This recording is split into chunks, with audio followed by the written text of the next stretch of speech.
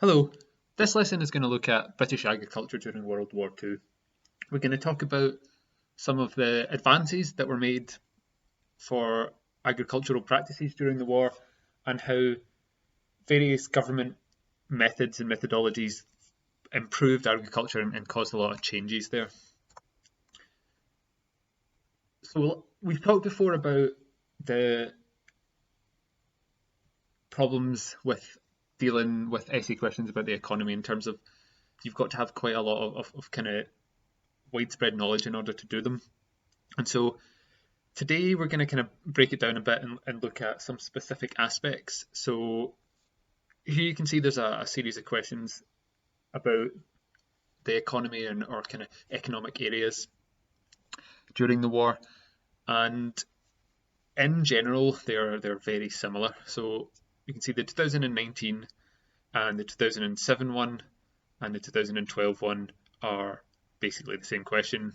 How successfully did Britain's agriculture and industry cope with demands put upon it during wartime or faced during wartime, or assess the impact of the war on British agriculture and industry?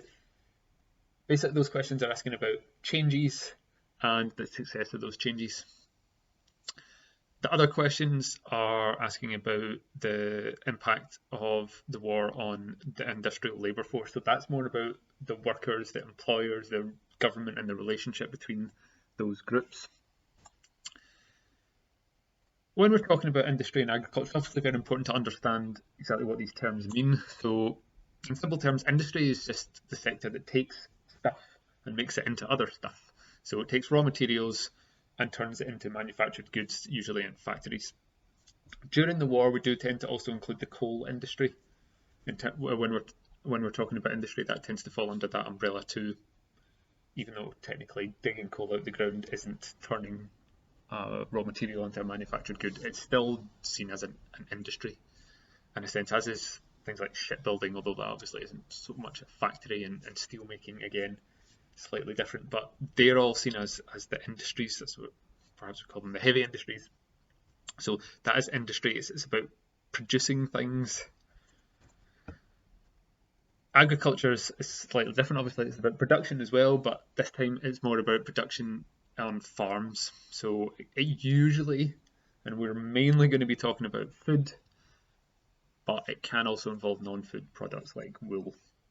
So when we're talking about agriculture, we're talking about growing crops and rearing animals. So for this part where you're talking about industry and agriculture, you're thinking about how Britain fed and armed herself during the war. And as I say, breaking it down makes this topic a lot simpler. So today we're just going to look at agriculture, and then next time we'll look at kind of industry and industrial demands. There's a variety of different essay questions that can be asked on this area, but as I said, there's really only two things that they can ask you. They can ask you about industry and agriculture in general, and look at the success or assessing the impacts of various changes, which is basically just another way of saying success. Or they can ask you about the industrial labour force, and that's the changes that workers and employers experienced during the war and kind of government relationships. And this can also involve a lot of other things in terms of other parts of the course, because it can look at the kind of role of women, it can look at the relationship with government, it can look at the role that various politicians played in controlling various aspects of workers' lives. So that is, although seemingly quite a simple question, it's just, what was it like for workers during the war? You can talk about a huge range of things. You could say, well, life for workers during the war was, different because of the various industrial factors, but also, they were subject to all these different laws, and their, free time was limited. So you can talk about kind of social aspects rather than just the economic aspects. But as I say, today we're just going to focus on agriculture. And the first thing to think about when we're thinking about agriculture is, strangely enough, conscription. Now, conscription is basically forcing people to do something, and conscription is very important during the war because you cannot have people doing things that are not directly contributing to the war effort. So large numbers of people are conscripted during the war in order to force them to do things that perhaps otherwise they would not have done. And conscription actually starts before the war began.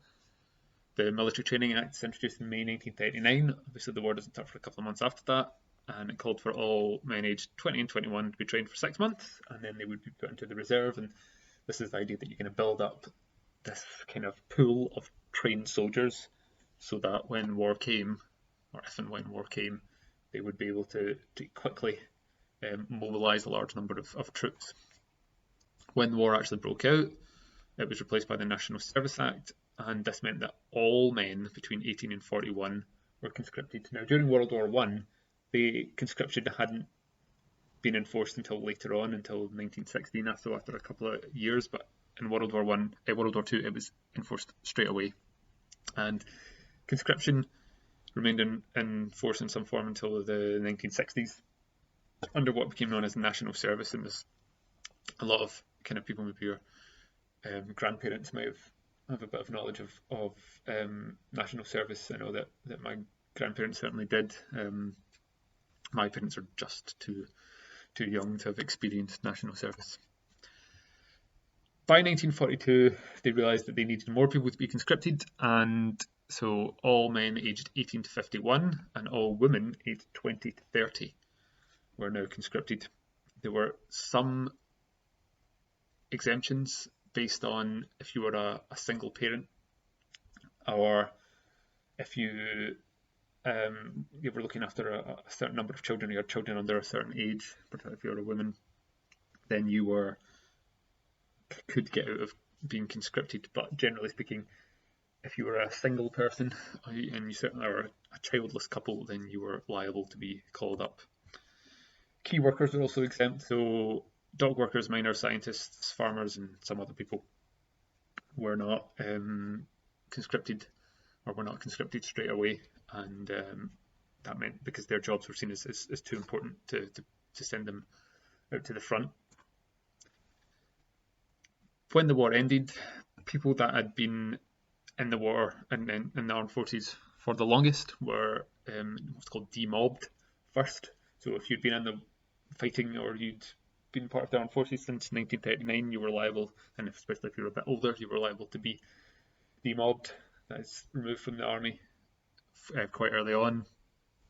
But if you were just being called up in, say, 1945, you could be kept on for a bit longer. So the last of the wartime conscripts were released finally in 1949. Urgently needed men, so house builders and things like that, were released in 1945, and all women were released at the end of the war.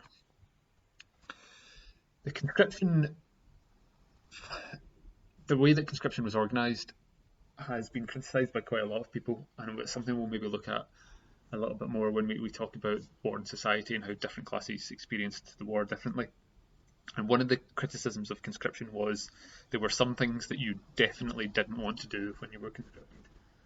For a lot of men, that was you didn't want to be sent down the mines, and for a lot of women, you didn't want to be sent to the Women's Land Army, because both of those things involved hard physical work, and hard physical work can be for a lot of people very daunting and very unpleasant, and so a lot of better off people were able to avoid being conscripted to be sent down the mines or conscripted to work on the Women's Land Army, and some better off women were also able to avoid being conscripted at all by being given office jobs in various places that were kind of seen as being essential, and that caused quite a lot of resentment.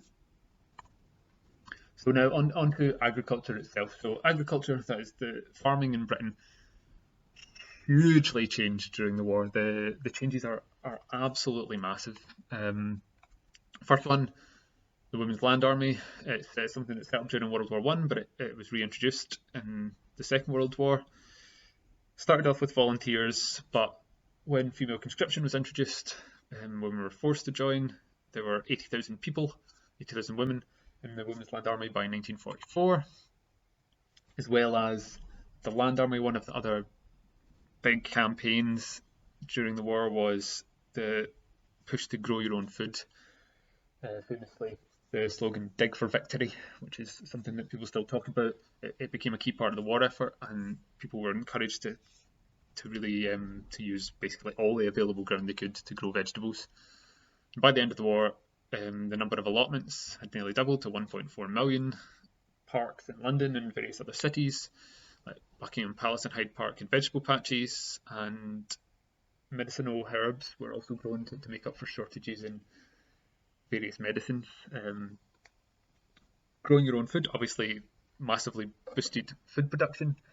The extent to which it boosted food production, again, is slightly controversial. Some people say it had a negligible effect, but what it did do is that it increased morale, that people really felt that they were contributing and doing something, especially people that might not have contributed to the war effort in another way, that they could eat their own food and it felt like they were doing something. Plus, it's very good to eat your own food. It's something that a lot of people find very beneficial, and it's also very healthy in terms of the fact that you usually can eat food that's recently harvested and things like that. So a huge number of massive benefits. One of the other big improvements for farmers was that there was a fixed prices for food, and one of the things that limits farm production is that farmers aren't aware or don't know exactly how much they're going to get for the crops that they produce, because when they introduce them or plant them, it's a couple of months before they can sell them, or when they are rearing cattle, it's a couple of months before they're old enough for slaughter. So knowing how much they were going to get meant that farmers could forward plan very effectively, and these fixed prices were high, and so farmers really were encouraged to produce as much as they could. They knew that everything that they produced would be sold, so there wasn't going to be any excess that they would have to destroy or sell off at a loss. So strict price controls were very encouraging for farm production. Also extremely important is the significant improvements that came in farming techniques. So mechanization, which is basically the introduction of tractors, was hugely important in terms of increasing production. You can obviously do a lot more with a tractor than you can with a horse and plough, although obviously tractors are in sort of short supply. Building a tractor means that you're not going to, with the engine and the metal and all the wheels and various things, means that you're not able to build an armoured car or not able to have quite a few of the parts for a tank. So tractor production isn't significant during the war, but there are quite a lot of tractors built. There's also a massive increase in fertilisers, and fertilisers are just chemicals that increase food production. I would usually go into this in great detail because I love talking about fertiliser, though it sounds very boring. It is actually fascinating. It's not. I find it fascinating. No one else will. But basically, fertiliser is a way of getting nitrogen into the soil, which is actually quite difficult. There's lots of it in the air. Chemical fertilisers can increase crop yields. That's the amount of kind of food that each plant produces massively. So chemical fertilisers are hugely important in terms of increasing production. However, they can be quite harmful for the environment, and that's kind of what the organic campaign is, not using any unnatural fertilizers. And there's also massive improvements in animal husbandry, and that's just breeding animals so that you can encourage certain characteristics. So you have dairy cattle, that you have a cow that produces a lot of milk, so you make sure that cow has a lot of calves, because they are likely to also produce a lot of milk, and then if they have any male calves, then they'll be bred with calves of another cow that produces a lot of milk, and you keep doing this, and by keeping to do this you encourage the qualities that you want. So for dairy cows it is milk production. For beef cattle it'll be that they produce a lot of meat. For chickens you get bigger chickens that produce eggs quicker, all those kind of things. So animal husbandry is about breeding certain characteristics into the animals so that they produce more. It is a very successful thing. It's something that's been practiced for thousands and thousands of years, but as science has advanced, we obviously understand it better, and so you can easier to encourage certain characteristics. Then some kind of key facts about agriculture. Obviously, the more farmers could produce, the less food had to be imported, and so this meant the more space there was on ships for other things, particularly war material. A lot of animal food stuff is also massively increased, so cereal crops and root crops, so things like turnips and things like that, the farmers were able to produce a lot of them, which were then fed to cows and sheep, pigs and things. Captured soldiers are also used to help out on farms. There's lots of discussion in various places and sources about the German and Italian soldiers that are used to produce food on various farms, and there's up in Shetland, I think it is, there's still an Italian chapel that the Italian prisoners of war who were sent there to work on the farms built. As I said already, fertilizer and animal husbandry all helped produce more food. Another thing that was really important was that the government realised that there were some things that they were able to produce a lot of, and so they wanted to make sure that the public would use them up so that they wouldn't go to waste. And so the British government realised they were producing a huge number of carrots, and in order to get the British people to eat more carrots, they started out this story where carrots helped you see in the dark.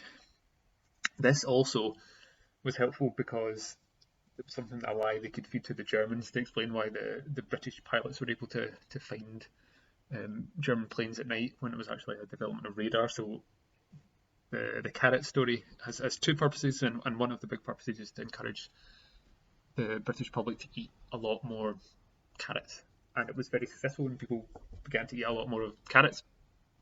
It didn't work in some other things that the British government tried to get people to eat certain different types of fish and also whale meat, if I remember correctly, and that didn't go down very well, but it did work with the carrots. However, even with all these advances and all these improvements, there was a real fear in 1945 that the food available, not just in Britain but in the world, wasn't going to meet the demand.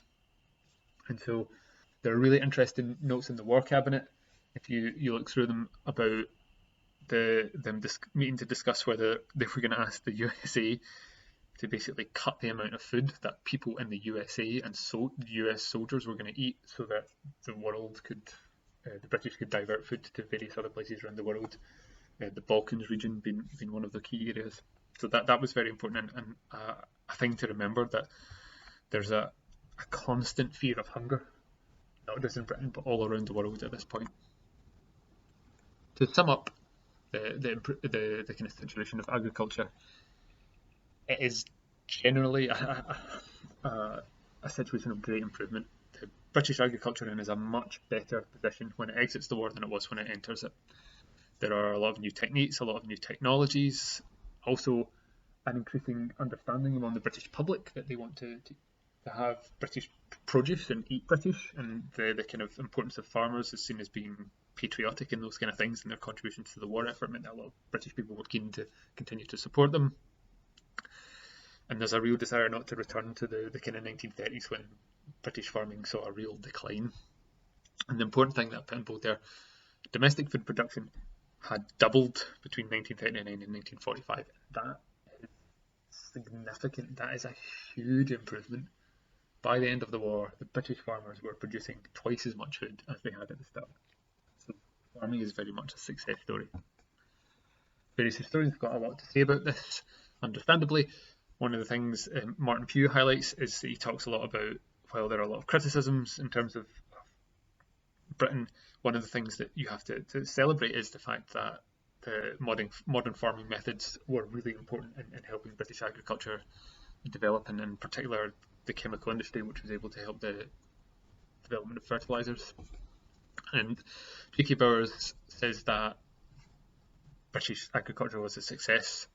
Prices went up, productivity went up, but he does point out that livestock production, so animals basically, remained stagnant for cattle, so cows stayed about the same, and the production of sheep actually went down.